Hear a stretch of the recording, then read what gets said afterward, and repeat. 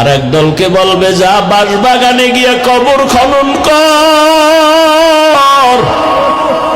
আর এক দলকে বলবে তাড়াতাড়ি গরম পানি কর, চিরবিদায়ের গোসল গরম পানি কর।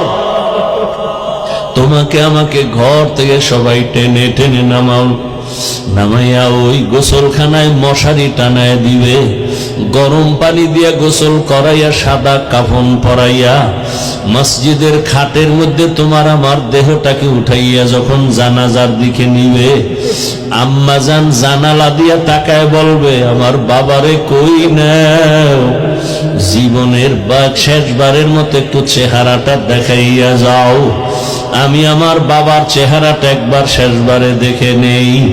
ও আল্লাহর বান্দারা, জানাজা পড়ায় যখন কবরের দেশে নিয়ে যাবে, এমন এক বাঁশবাগান যেখানে দিনেও যাইতে বড় ভয় লাগে, সবাই ওখানে পাড়াইয়া পাড়াইয়া মাটি দিয়া কেউ নাই।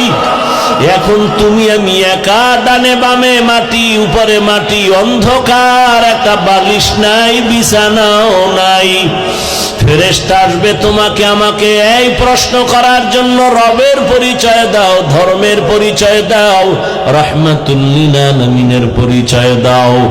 ও বাবা, যদি কালেমা না পড়িয়া আজরাইলের হাতে যাও, ওই কবরে একটা প্রশ্নের জবাবও দিতে পারবা না।